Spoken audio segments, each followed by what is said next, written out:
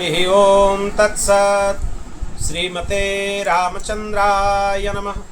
ओम परमहंसा स्वादित चरणकमलचिन्मकरन्दाय भक्तजनमानसनिवासाय श्रीरामचन्द्राय वागीसायस्य वदने लक्ष्मीर्यस्य च वक्षसि यस्यास्ति हृदये संवित् तं नृसिंहमहं भजे।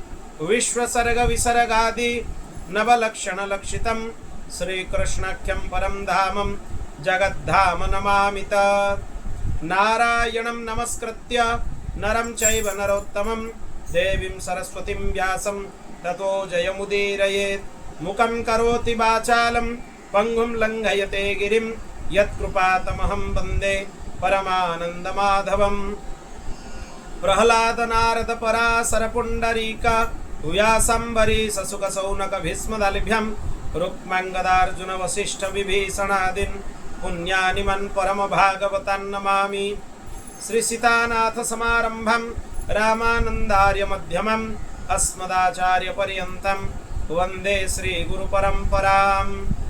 जन्माद्यस्य यतन्वयादितरत शार्थे स्वभिज्ञः स्वराट् तेने ब्रह्म हृदय आदि कवये मुह्यन्ति यात् सूरयः। तेजो वारिमृदं यथा विनिमयो यत्र त्रिसर्गो मृषा धाम्ना स्वेन सदा निरस्तकुहकम् सत्यं परं धीमहि। नमोस्तु रामाय सलक्ष्मणाय देव्यै च तस्यै जनकात्मजायै। नमोस्तु रुद्रेन्द्रयमानिलेभ्यो नमोस्तु चन्द्रार्कमरुद्गणेभ्यः। रामं रामानुजं सीतं भरतं भरतानुजं सुग्रीवं वायुसूनुश्च प्रणमामि पुनः पुनः। राम रघुवर की प्राण प्रिया भजो रे मन सिया सिया। राम रघुवर की प्राण प्रिया भजो रे मन सिया सिया। राम रघुवर की प्राण प्रिया भजो रे मन सिया सिया। राम रघुवर की प्राण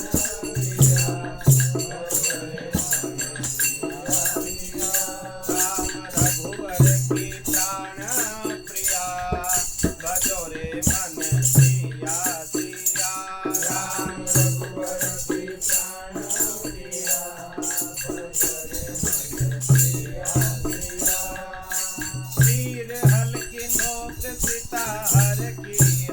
सीता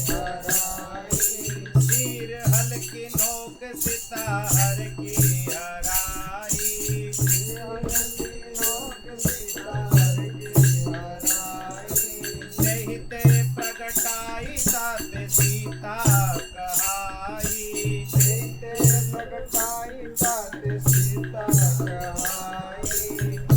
मिथिला को कृतार्थ किया भजो रे मन सिया सिया। मिथिला को कृतार्थ किया भजो रे मन सिया सिया। राम रघुवर की प्राण प्रिया भजो रे मन सिया सिया। राम रघुवर की प्राण प्रिया भजो रे मन सिया सिया। पहले तो प्रगट भई होके किशोरी पहले तो प्रगट भई होके किशोरी। पद्म पुराण में यह विषय वर्णित है कि भगवती जानकी जब उत्पन्न हुई, पद्म पुराण में यह विषय है, अपने अष्ट सखियों सहचरियों के साथ छड़ी छत्र चमर के साथ भगवती भूदेवी के अंक में बैठकर सिंहासन में बैठकर भगवती जानकी जी प्रकट हुई। और कैसे प्रकट हुई? किशोरी होके प्रकट हुई। फिर राजा जनक उनको प्रार्थना किए कि भगवती आप शिशु रूप धारण कीजिए। तब एक छोटी सी नन्ही सी किशोरी होकर भगवती जानकी रोने लगी। पहले तो प्रकट भई होके किशोरी, पहले तो प्रगट भई होके किशोरी, शोभन लगी होके नन्ही सी छोरी, शोभन लगी होके नन्ही सी छोरी, मिथिलेश्वर ने गोद में लिया भजोरे मन सिया सिया, मिथिलेश्वर ने गोद में लिया भजोरे मन सिया सिया, राम रघुवर की प्राण प्रिया भजोरे मन सिया सिया, राम रघुवर के प्राण प्रिया भजोरे मन सिया सिया, सुनई नाम के उर में वात्सल्य उमड़ायो, सुने नामा के उर में वात्सल्य उमड़ायो, सुनई नाम के उर में वात्सल्य उमड़ायो, सुने नामा के उर में वात्सल्य उमड़ायो, प्रिय सोलकाय दूध लाली को पिवायो, प्रिय सोना गाय दूध लाली को पिवायो, प्रिय सोलकाय दूध लाली को पिवायो, प्रिय सोना गाय दूध लाली को पिवायो, प्राण तन मन धन सर्वस सिया भजोरे मन सिया सिया, प्राण तन मन धन सर्वस सिया भजोरे मन सिया सिया, राम रघुवर की प्राण प्रिया भजोरे मन सिया सिया, राम रघुवर के प्राण प्रिया भजोरे मन सिया सिया, राम रघुवर की प्राण प्रिया भजोरे मन सिया सिया, राम रघुवर के प्राण प्रिया भजोरे मन सिया सिया, अखिल जग की जननी आज कन्या होके आई, अखिल जग की जननी आज कन्या होके आई, अखिल जग के जननी आज कन्या होके आई, अखिल जग की जननी आज कन्या होके आई, भूमि जा जनक जा विदेह जा कहलाई, भूमि जा जनक जा विदेह जा कहलाई, भूमि जा जनक जा विदेह जा कहलाई, भूमि जा जनक जा विदेह जा कहलाई, आके बन गई जनक की जिया भजोरे मन सिया सिया, आके बन गई जनक की जिया भजोरे मन सिया सिया, राम रघुवर की प्राण प्रिया भजोरे मन सिया सिया, राम रघुवर के प्राण प्रिया भजोरे मन सिया सिया, राम रघुवर की प्राण प्रिया भजोरे मन सिया सिया, राम रघुवर के प्राण प्रिया भजोरे मन सिया सिया, दूरी भयो बारह वर्ष की अकाल, दूरी भयो बारह वर्ष की अकाल, दूरी भयो बारह वर्ष की अकाल, दूर भयो बारह वर्ष की अकाल, मिथिला निवासी भये सब विधि निहाल, मिथिला निवासी भये सब विधि निहाल, मिथिला निवासी भये सब विधि निहाल, मिथिला निवासी भये सब विधि निहाल, ज्ञान द्विज को तूने दिया भजोरे मन सिया सिया, ज्ञान द्विज को तूने दिया भजोरे मन सिया सिया, राम रघुवर की प्राण प्रिया भजोरे मन सिया सिया, राम रघुवर के प्राण प्रिया भजोरे मन सिया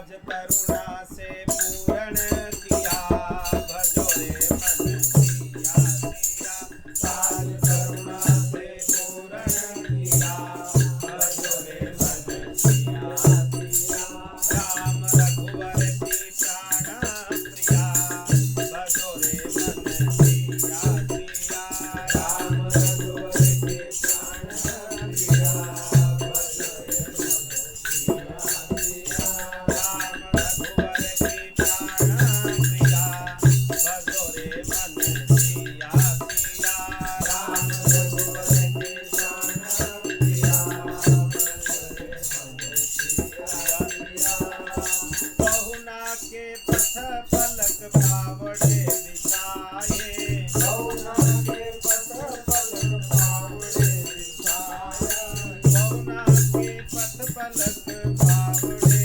बिछाए करुणा के पथ पलक पावड़े बिछाया देह निधि नारायण आशा लगाए देह विधि नारायण आशा लगाए देह निधि नारायण आशा लगाए देह विधि नारायण आशा लगाए कब आवे पुरुषोत्तम प्रिया भजो रे मन सिया सिया कब आवे पुरुषोत्तम प्रिया भजो रे मन सिया सिया राम रघुवर की प्राण प्रिया भजो रे मन सिया सिया राम रघुवर के प्राण प्रिया भजो रे मन सिया सिया राम रघुवर की प्राण प्रिया भजो रे मन सिया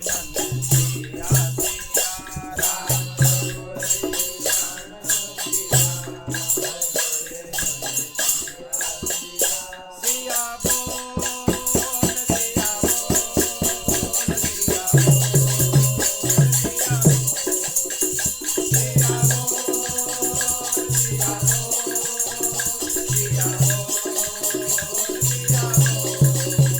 के प्राण प्रिया भजो रे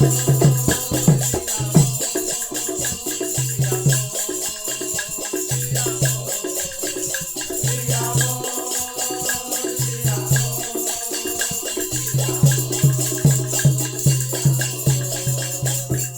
सिया बोल सिया बोल सिया बोल सिया सिया बोल सिया बोल सिया सिया बोल श्री राम राघव रज के बोल सिया बोल सिया बोल सिया सिया बोल श्री राम सिया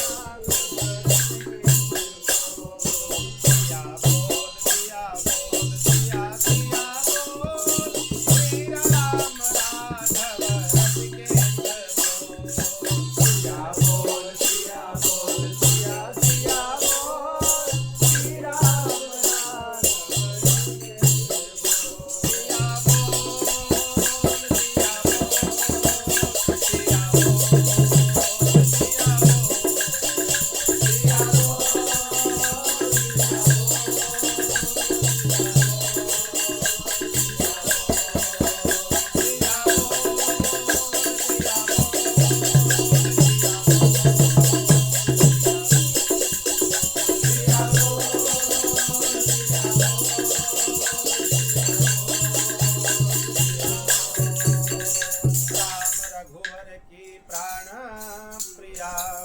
भजो रे मन सिया सिया। बोलो अयोध्या नाथ भगवान की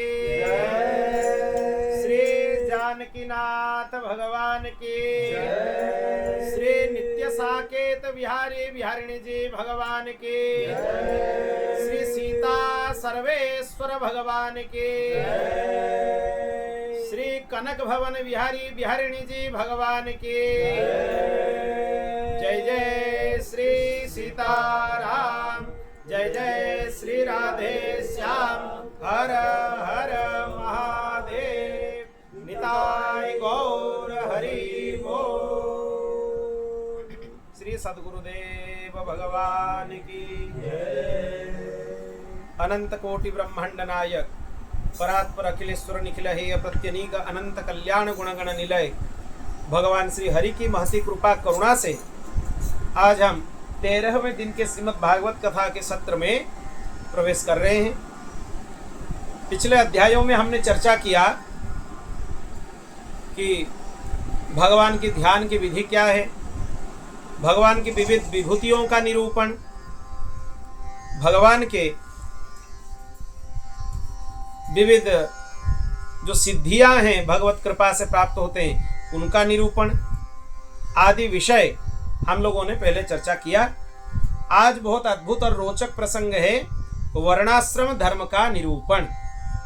वर्णाश्रम में क्या करना चाहिए, किस वर्ण के लिए, किस आश्रम के लिए, वो भगवान श्री कृष्ण अभी उद्धव जी को बता रहे हैं। 4 वर्ण हैं और 4 आश्रम हैं। 4 वर्ण हो गए ब्राह्मण, क्षत्रिय, वैश्य और शूद्र, और 4 आश्रम हो गए ब्रह्मचारी, गृहस्थ, वानप्रस्थ और सन्यास। ये 4 वर्ण 4 आश्रम ये सनातन पद्धति की, सनातन संस्कृति की ये सबसे महत्वपूर्ण अंग है।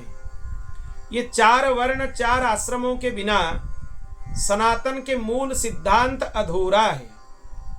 ये मूल सिद्धांत है सनातन में। कोई भी संप्रदाय में आप जाइए, किसी भी मत पंथ का आश्रय आप लीजिए, उसमें ये 4 चीज, 4 वर्ण 4 आश्रम ये सबसे महत्वपूर्ण है। उद्धव जी पूछे श्री कृष्ण को, हे कमल नयन, आपने पहले वर्णाश्रम धर्म का पालन करने वाले के लिए धर्म का उपदेश किया है जिससे आपकी भक्ति प्राप्त होती है। आप बताइए अभी धर्म का अनुष्ठान कैसे करें जिससे आपके चरणों में भक्ति प्राप्त हो।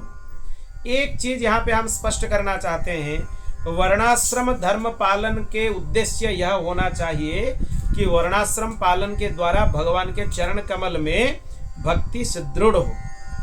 दूसरा कोई उद्देश्य उसका नहीं होना चाहिए। भगवान के चरण कमल में आपका अनुराग बढ़े, इसके लिए ही वर्णाश्रम धर्म का पालन करना चाहिए। संकल्प यही होना चाहिए कि भगवान के चरण कमल में हमारा अनुराग बढ़े। पहले आपने हंस स्वरूप धारण करके ब्रह्मा जी को उपदेश किया। आपका उपदेश किया बहुत दिन हो गए, अब बहुत पहले उपदेश किए, बहुत दिन हो गए बीच में, अभी तक फिर बीच में उपदेश नहीं हुआ। तो इसीलिए आप धर्म का प्रवचन करें, क्योंकि धर्म के प्रवर्तक आप ही हैं, रक्षक आप ही हैं और उपदेशक भी आप ही हैं। उद्धव जी बोल रहे हैं, इसीलिए आप उनका उपदेश कीजिए। आप समस्त धर्म के मर्मज्ञ हैं। आप ऐसे धर्म का उपदेश कीजिए जिससे आपके प्राप्ति में सुलभता हो, सरलता से आपको प्राप्त कर सके। जी क्या विधान है उसके लिए, उसके बारे में बताइए। भगवान श्री कृष्ण यहाँ पे उपदेश करना प्रारंभ करते हैं। सुखदेव जी बता रहे हैं कि भगवान यहाँ से उपदेश प्रारंभ किए। प्रिय उद्धव, तुम्हारा प्रश्न धर्ममय है। इसमें वर्णाश्रम धर्म पालन के द्वारा जीव को कैसे भगवत प्राप्ति हो उसके बारे में वो जो तत्व है इसमें निहित है। अतः मैं तुम्हें उन धर्मों का उपदेश करता हूँ, सावधान होकर सुनो। जिस समय कल्प का प्रारंभ हुआ था और पहला सत्ययुग चला रहा था, उस समय सभी मनुष्यों का हंस नामक एक ही वर्ण था। उस समय ब्राह्मण, क्षत्रिय, वैश्य, शूद्र नहीं हुआ था, एक ही वर्ण थे और वो वर्ण का नाम क्या था? हंस। कितना अद्भुत है, देखो ये चीज सबको पता नहीं है, कितना रहस्यमय है।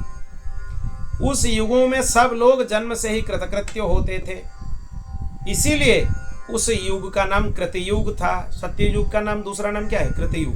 क्यों कृतयुग है? क्योंकि उस युग में लोग अपने धर्म का पालन करते हुए कृतकृत्यता का अनुभव करते थे, इसीलिए कृतयुग बोला जाता है सत्ययुग को। उस समय केवल प्रणव ही वेद था। ओंकार, प्रणव मतलब ओंकार। और तपस्या, शौच, दया एवं सत्य, ये 4 चरणों से युक्त धर्म वृषभधारी, वृषभ स्वरूपधारी थे। उस समय निष्पाप और परम तपस्वी भक्तजन मुझ हंस स्वरूप शुद्ध परमात्मा की उपासना करते थे।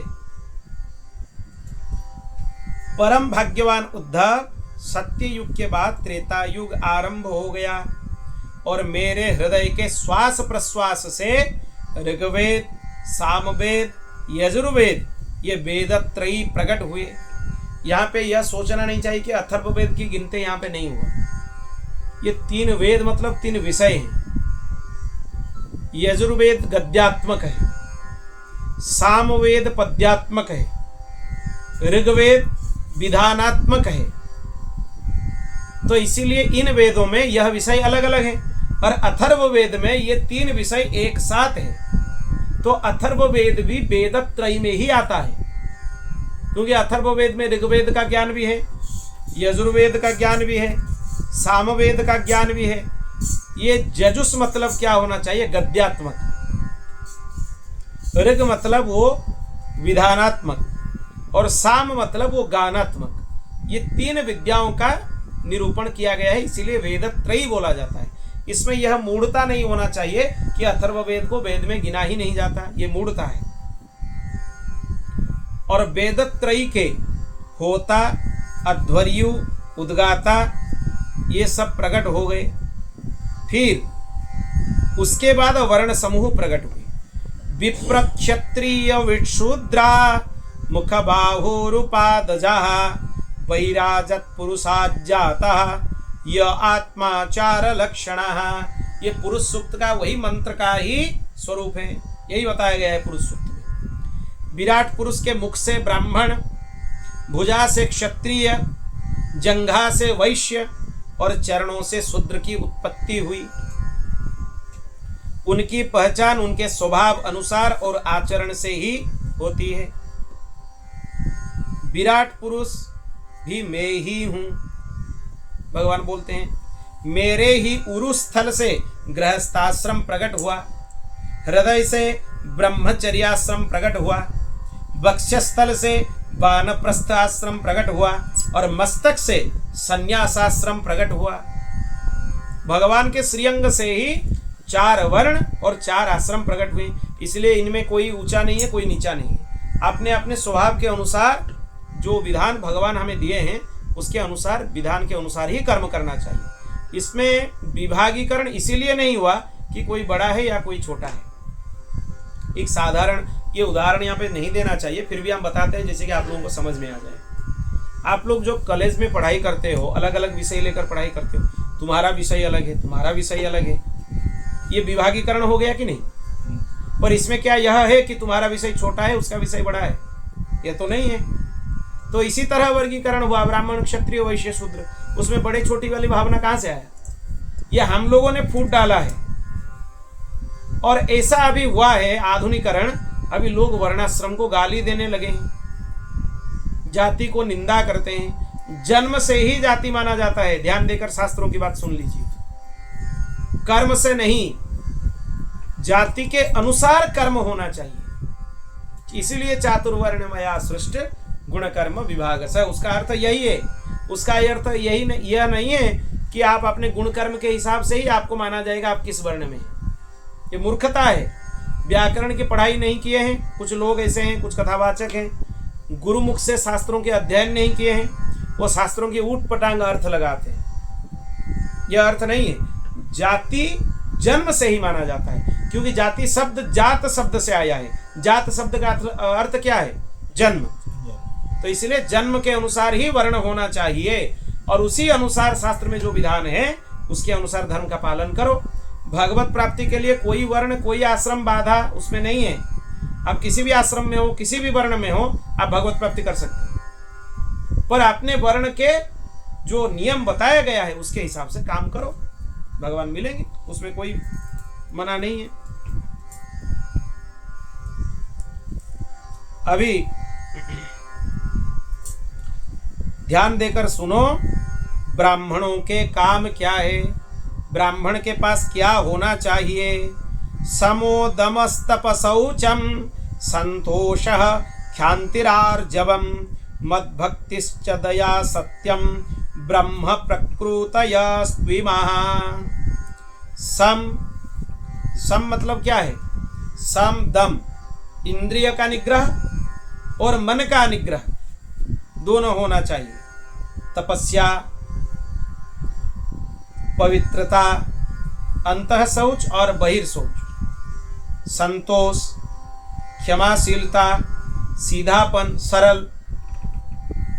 भगवान बोलते हैं मेरी भक्ति, भगवत भक्ति भी ब्राह्मणों का काम है। ये मत समझिए कि हम वेद के पालन कर लिए भक्ति नहीं है। भगवान बोलते हैं मद्भक्तिश्च, भगवान की भक्ति, सभी जीवों के ऊपर दया और सत्य, यह ब्राह्मण वर्ण के स्वभाव हैं। यह आपके पास होना चाहिए। क्षत्रिय के क्या स्वभाव है? तेज, तेज होना चाहिए उसके अंदर, बल होना चाहिए, धैर्य होना चाहिए, वीरता होनी चाहिए, सहनशीलता चाहिए, उदारता, उदार होना चाहिए दान करने में, किसी को कुछ देने में, उद्योगशीलता होनी चाहिए, कर्म करने में तत्परता होनी चाहिए, स्थिरता होनी चाहिए, ब्राह्मण भक्ति होना चाहिए। क्षत्रियों का ये बहुत बड़ा उसमें आया है गुण में कि उनमें ब्राह्मणों के प्रति भक्ति होना चाहिए, क्योंकि ब्राह्मण के रक्षक यही है, इन्हीं को ही करना है रक्षा। और ऐश्वर्य होना चाहिए, यह क्षत्रिय का स्वभाव है। वैश्य का क्या होना चाहिए? आस्तिकता, भगवान के ऊपर विश्वास, परजन्म, पुनर्जन्म आदि में विश्वास, दानशीलता, दंभहीनता, ब्राह्मणों की सेवा करना, धन संचय से संतुष्ट न होना। इनके लिए बोला गया है कि संतुष्ट मत हो, खूब धन कमाओ, क्योंकि व्यापारी हो, वैश्य हो, तो इसलिए धन कमाना चाहिए। यह वैश्य वर्ण के स्वभाव हैं। और शूद्रों के स्वभाव क्या है? ब्राह्मण, गौ, देवताओं की निष्कपट भाव से सेवा करना, उसमें जो कुछ मिल जाए उसमें संतुष्ट रहना, यह शूद्र वर्ण की स्वभाव है। आजकल तो आधुनिकता आ गया, कुछ भी काम करो, पर ये स्वभाव तुम्हारे अंदर होना चाहिए। और जो अंत्यज हैं उनमें अपवित्रता, झूठ बोलना, चोरी करना, ईश्वर और परलोक की परवाह ना करना, झूठ मूठ में झगड़ना, काम क्रोध तृष्णा के वश में रहना, ये अंत्यजों के स्वभाव है, चांडाल के स्वभाव है। अब समझ लो, ये जिसके अंदर ये गुण हैं, तुम क्या हो अपने आप को समझ लो। लगभग कितने प्रतिशत लोगों में आजकल ये गुण मिलेगा? 90% से भी ज्यादा लोगों के बीच में ये गुण मिलेंगे। अब समझ लो, तुम लोगों को गाली देते हो, अपने आप में समझ लो ये गुण तुम्हारे अंदर है, तो तुम क्या हो गए उसमें। अब देखो, चारों वर्णों और चारों आश्रमों के लिए साधारण धर्म यही है कि मन, वाणी और शरीर से किसी की हिंसा ना करें। आप भोजन में अपवित्रता ले रहे हो, मतलब हिंसा कर रहे हो, नहीं होना चाहिए हिंसा। सत्य पर दृढ़ रहें। पहला क्या चाहिए? अहिंसा। दूसरा क्या चाहिए? सत्य पर दृढ़ रहें, झूठ नहीं बोलना है। कुछ भी हो जाए क्यों झूठ बोले? कुछ होगा भी, हो जाएगा, दंड मिलेगा, मिल जाएगा, झूठ क्यों बोलना है? सत्य ही बोलो। चोरी न करें, काम क्रोध तथा लोभ से बचें। जिन कामों के करने से प्राणियों की प्रसन्नता हो, उनकी भला हो, वही करें। चोरी आजकल बहुत तरीके से हो रहा है। टैक्स की चोरी करना भी चोरी है, सरकारी चोरी है। आप कहीं से भी छुपा के निकल जाते हो, पर भगवान के सामने कहां से निकलोगे? तो किसी भी चीज की चोरी नहीं करना चाहिए। जो चीज तुम उपयोग में ले रहे हो, उसके लिए जो सेवा राशि देना चाहिए वो जरूर देना चाहिए, उसके लिए काम जरूर करना चाहिए। किसी भी चीज की चोरी ना हो। छुपके से कोई चीज कर लेना, वो भी चोरी माना जाता है, नहीं होना चाहिए। आजकल तो लोगों को पता नहीं है कि वो चोरी कर रहे हैं, और वो चोरी है यह भी लोगों को पता नहीं है। तो इसीलिए चोरी नहीं करना चाहिए। ब्राह्मण, क्षत्रिय, वैश्य गर्भाधान आदि संस्कारों के क्रम से यज्ञोपवीत संस्कार रूप द्वितीय जन्म प्राप्त करके गुरुकुल में रहें, इंद्रियों को वश में रखें और आचार्य के बुलाने पर वेद का अध्ययन करें और उसके अर्थ का विस्तार करें। ब्राह्मण, क्षत्रिय और वैश्य, इन तीनों के लिए विधान यही है कि आप विधिवत उपनयन कराओ, जनेऊ कराओ, जनेऊ धारण करो, त्रिकाल संध्या वंदन करो, वेद पाठ करो और उसके अर्थ के अनुसंधान करो। मेखला मृगचर्म, वर्ण के अनुसार दंड, रुद्राक्ष की माला, यज्ञोपवीत और कमंडलू धारण करें, सिर पर जटा रखें, शौकिनी के लिए दांत और वस्त्र ना धोवें, रंगीन आसन पर न बैठे और कुशा धारण करें। उनके लिए कुश आसन की व्यवस्था होती है गुरुकुल में बैठने वालों के लिए। स्नान, भोजन, हवन, जप और मलमूत्र त्याग के समय मौन रहें।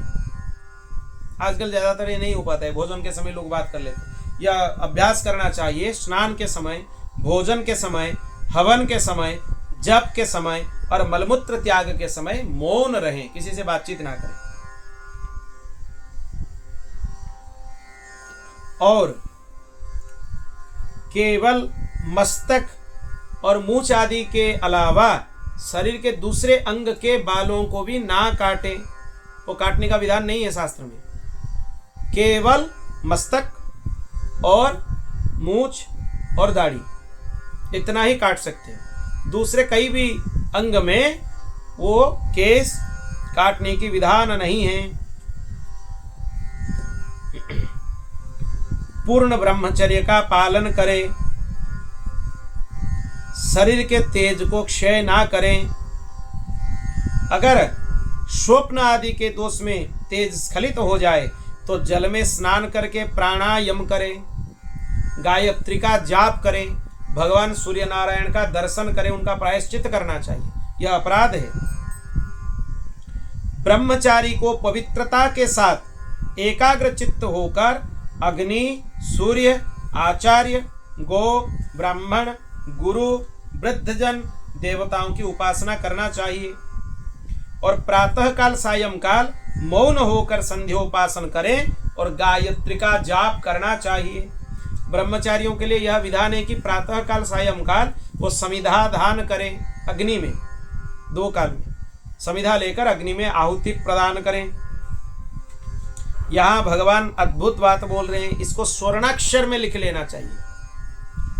आचार्यं मम विजानीयान् नवमन्येत करहि चेत् न मर्त्य बुद्ध्या सूयेत सर्वदेवमयो गुरुः। भगवान बोल रहे हैं आचार्य को, गुरुदेव को मेरा ही स्वरूप समझना चाहिए। मुझ जैसा नहीं, मैं ही आचार्य के रूप में तुम्हें प्राप्त हुआ हूं, यही समझना चाहिए। गुरुदेव में ईश्वर बुद्धि रखो, मनुष्य बुद्धि रखोगे तो उनके गुण दोष दिखेंगे और तुम अपराधी होगे। अगर ईश्वर बुद्धि रखोगे तो कल्याण होना ही है। कभी उनका तिरस्कार न करें, उन्हें साधारण मनुष्य समझकर दोष दृष्टि न करें, क्योंकि गुरुदेव ही सर्वदेवमय हैं। गुरुदेव के अंदर ही सभी देवता निवास करते हैं। गुरुदेव के अर्चन पूजन सेवा हो जाए तो सभी देवी देवताओं का पूजन हो जाता है। दूसरा आवश्यकता नहीं है। अगर आपसे दूसरा पूजन नहीं हो पाता है, अपने गुरुदेव के पूजन से ही सब हो जाता है, सभी देवताओं का पूजन।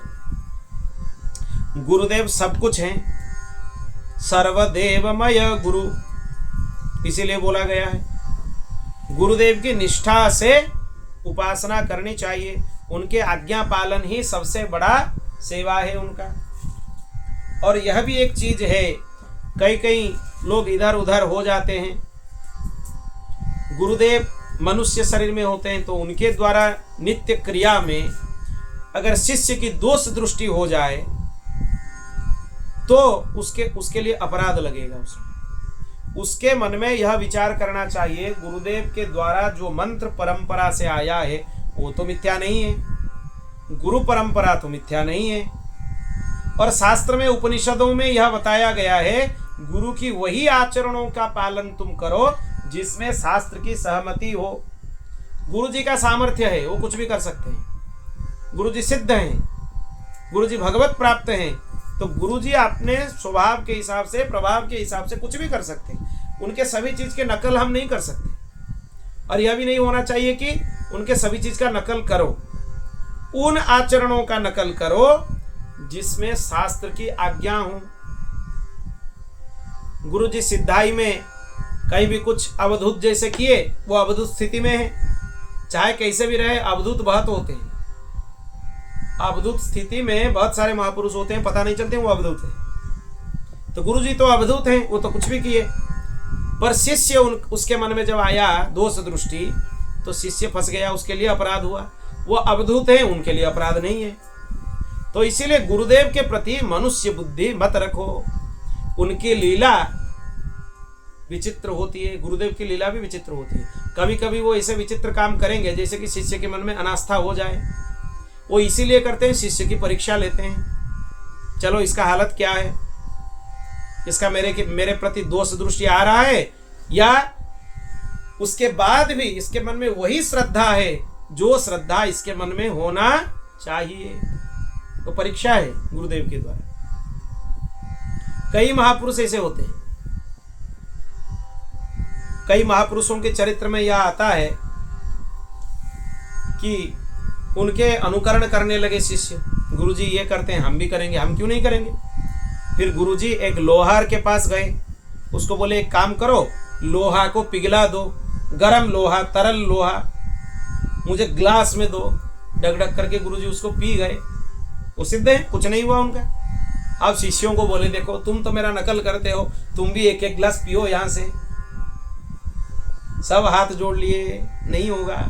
तो गुरुजी तो सिद्ध हैं, वो कुछ भी कर लेंगे, उनके लिए कोई उसमें यह नहीं है। तो इसीलिए शिष्य के मन में सदा यही भाव होना चाहिए, गुरु एक तत्व है, कोई मनुष्य गुरु नहीं है। उसके अंदर जो गुरु तत्व है उसके प्रति श्रद्धा भाव होना चाहिए। सायंकाल प्रातः काल दोनों समय जो ब्रह्मचारियों को भिक्षा से मिले, वो पहले गुरुदेव के पास लेकर निवेदन करना चाहिए सब कुछ।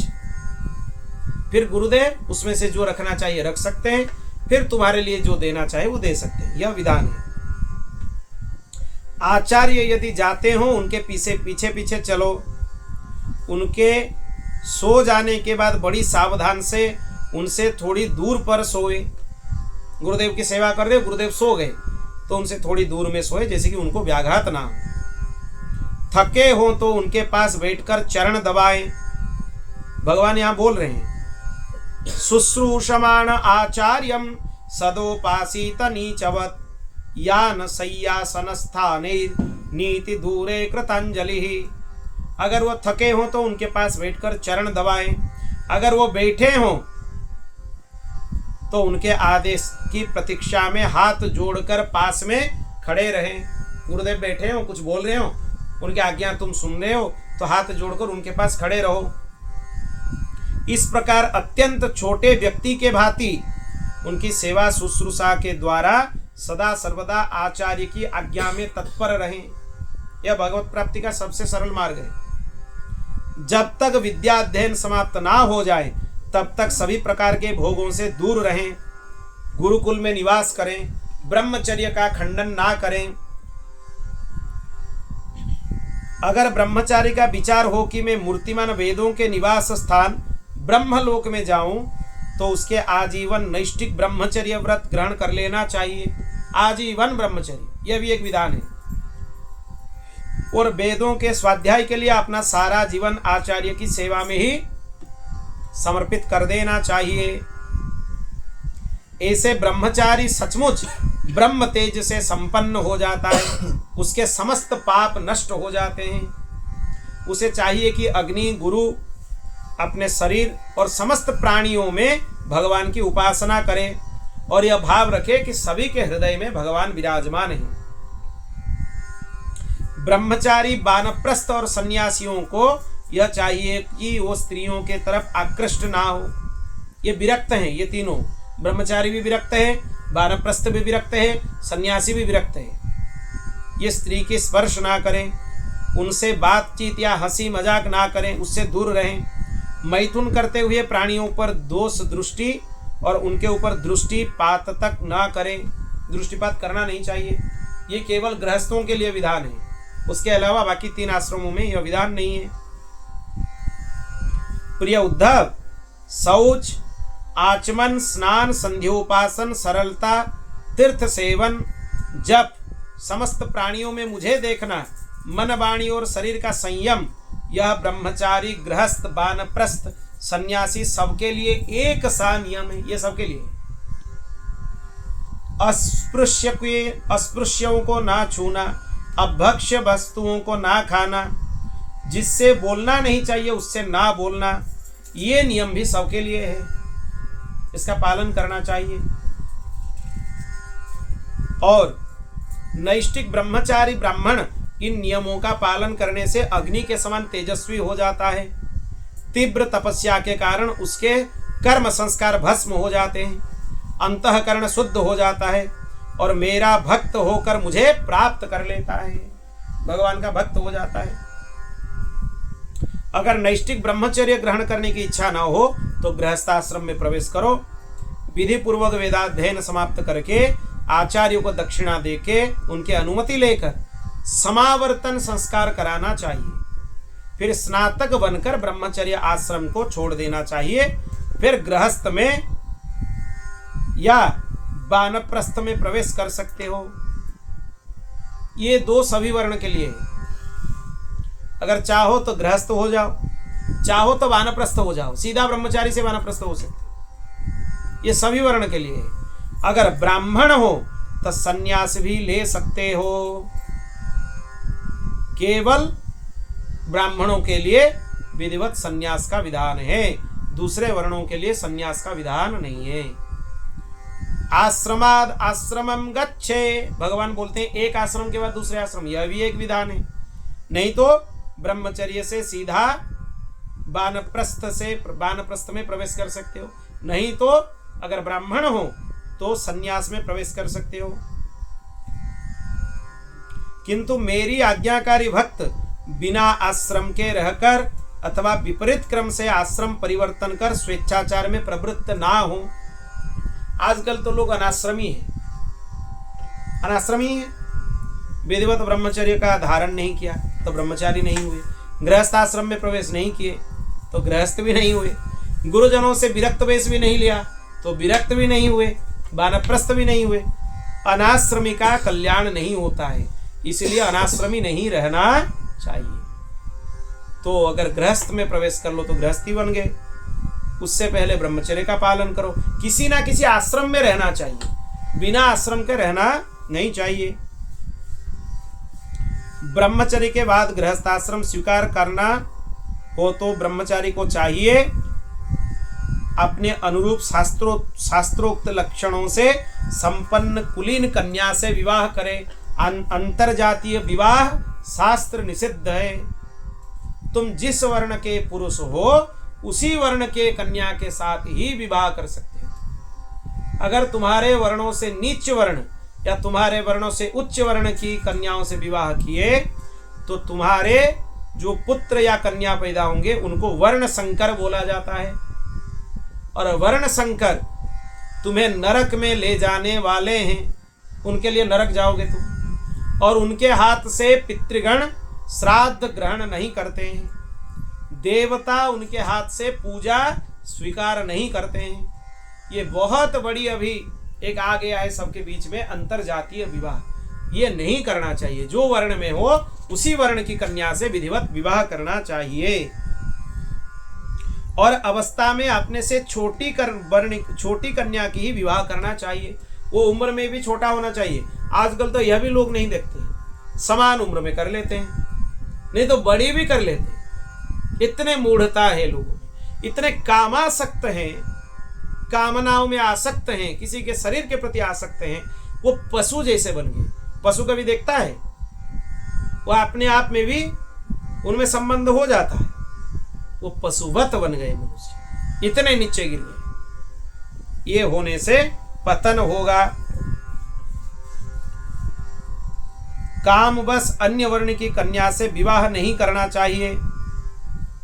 अगर ऐसे कोई विपरीत परिस्थिति भी हो तो निम्न वर्ण की कन्या से ही विवाह करें, उच्च वर्ण की कन्या से नहीं। ये दिया गया है, एक्सेप्शन है, ये नियम नहीं है। अगर नहीं हो रहा है तो अपने से नीच वर्ण की कन्या से कर सकते हो, पर यह विधान नहीं है, ये अपवाद है, कभी कभी किया जा सकता है।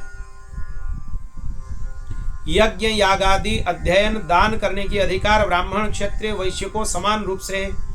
परंतु दान लेने, पढ़ाने, यज्ञ कराने का अधिकार केवल ब्राह्मणों को है, ये दूसरे किसी को नहीं है। दान सब लोग दे सकते हैं, अध्ययन सब लोग कर सकते हैं, यज्ञ सभी लोग कर सकते हैं, पर दान लेने का सामर्थ्य केवल ब्राह्मणों में है, पढ़ाने का सामर्थ्य केवल ब्राह्मणों में है, और यज्ञ कराने का, आचार्य बन के यज्ञ कराने का सामर्थ्य केवल ब्राह्मणों में है।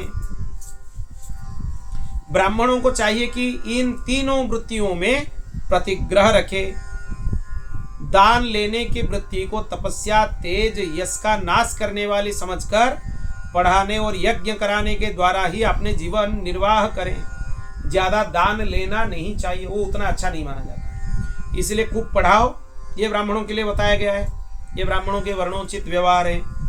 और यज्ञ कराओ, यजमान के यहाँ विधिवत कराओ, सविधि जो शास्त्र में वर्णन है वो विधान से कराओ उसमें, तो ये तुम्हारे लिए कल्याणकारी हो सकते हैं। तो इसीलिए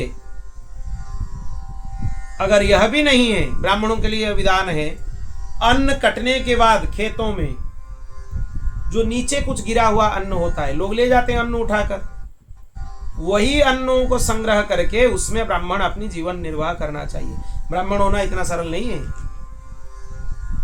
ब्राह्मणों के लिए अगर ये वृत्ति नहीं है, पढ़ा नहीं रहे हो, यज्ञ नहीं करा रहे हो, दूसरे कोई विधान तो ब्राह्मण के लिए है नहीं। चाहे आजकल कर रहे हो, आजकल की बात अलग है, पर शास्त्र के विधान यही है कि जो खेत में गिरा हुआ अन्न है, अन्न जब उठाकर ले जाते हैं, सिलोंच वृत्ति बोलते हैं उसको, उसी से अपना जीवन निर्वाह करना चाहिए, जो मिल जाए।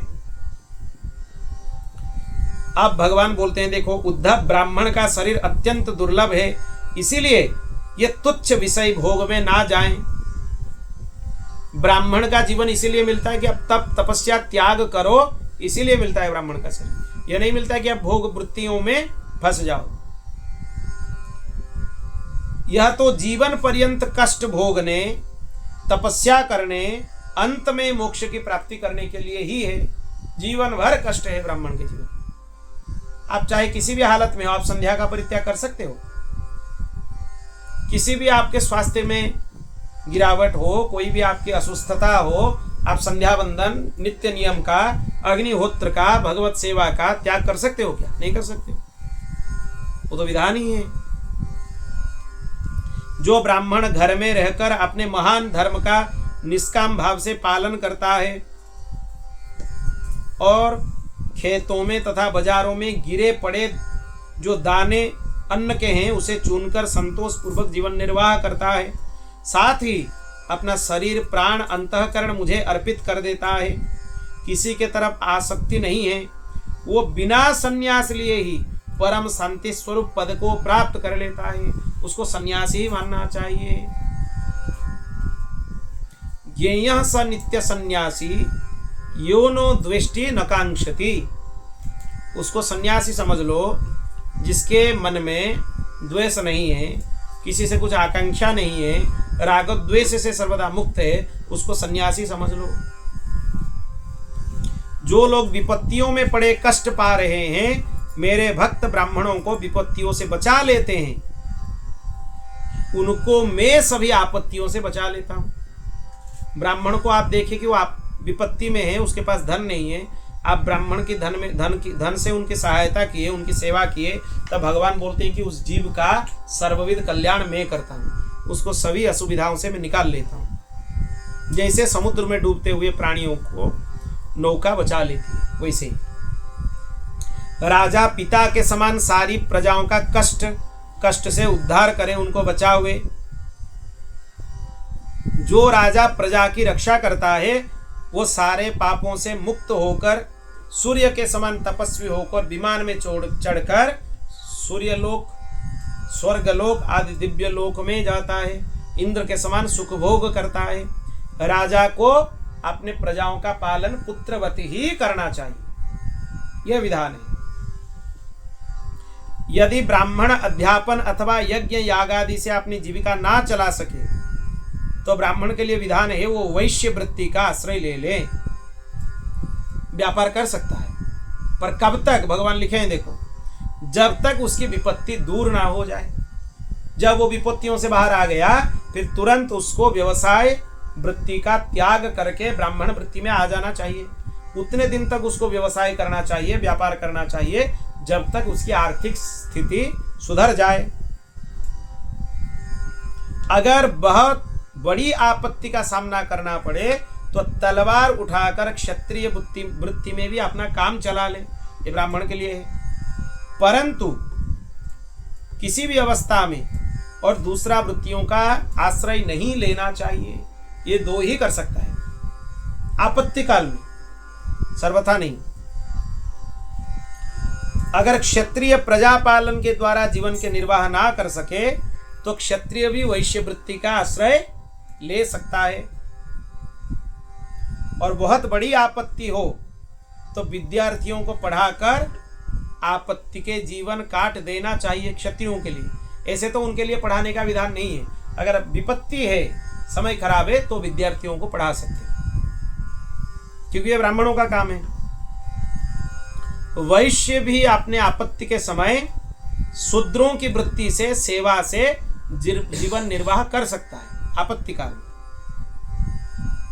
जैसे कि चटाई बुनने का काम, कारू वृत्ति पर यह आपत्ति काल में अगर उसका समय अच्छा हो जाए तो ये छोड़ देना चाहिए।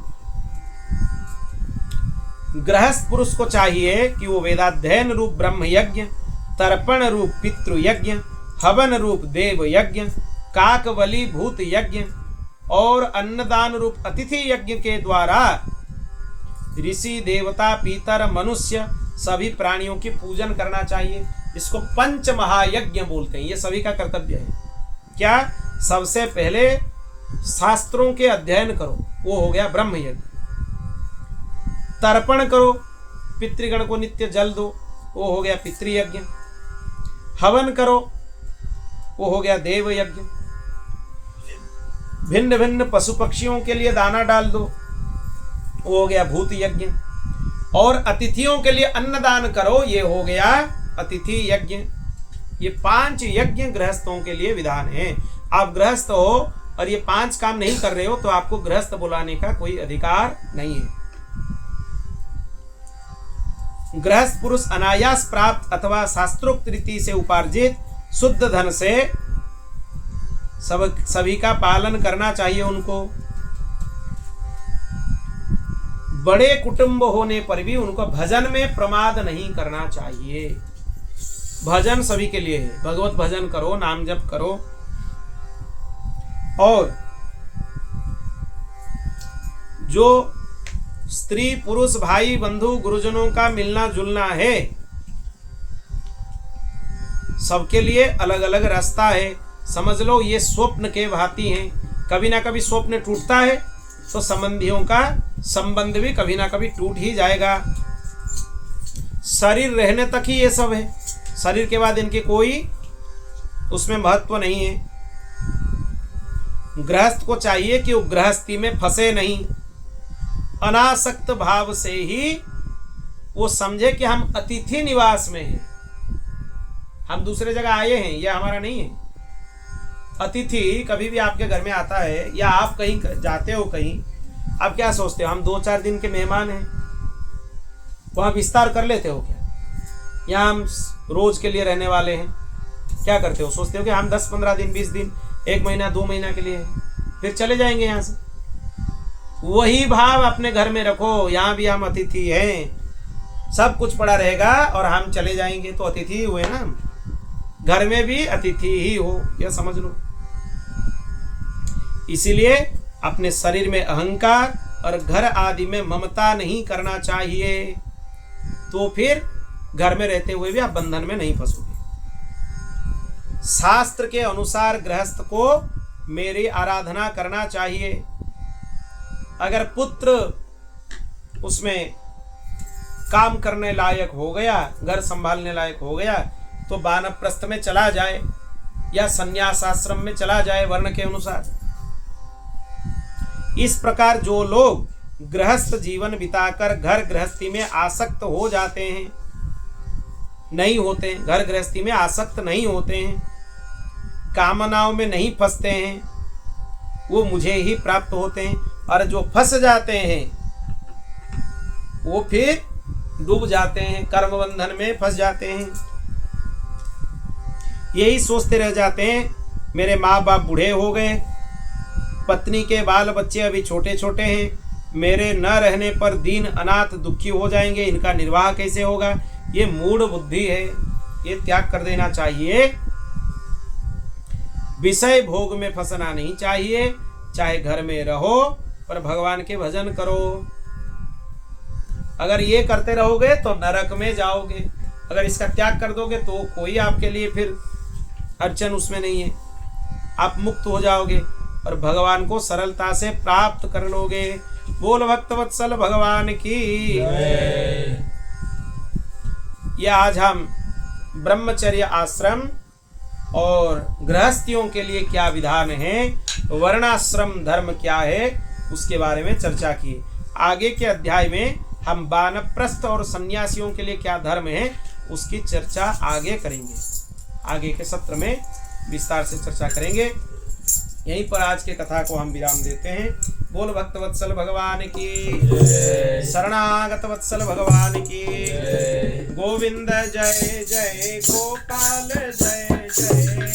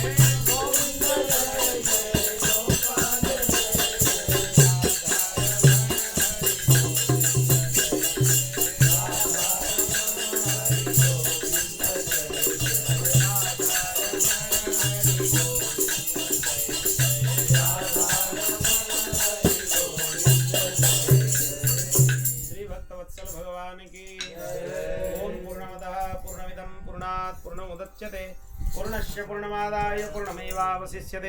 हरि ओम शांति शांति शांति। श्री कृष्णार्पणमस्तु।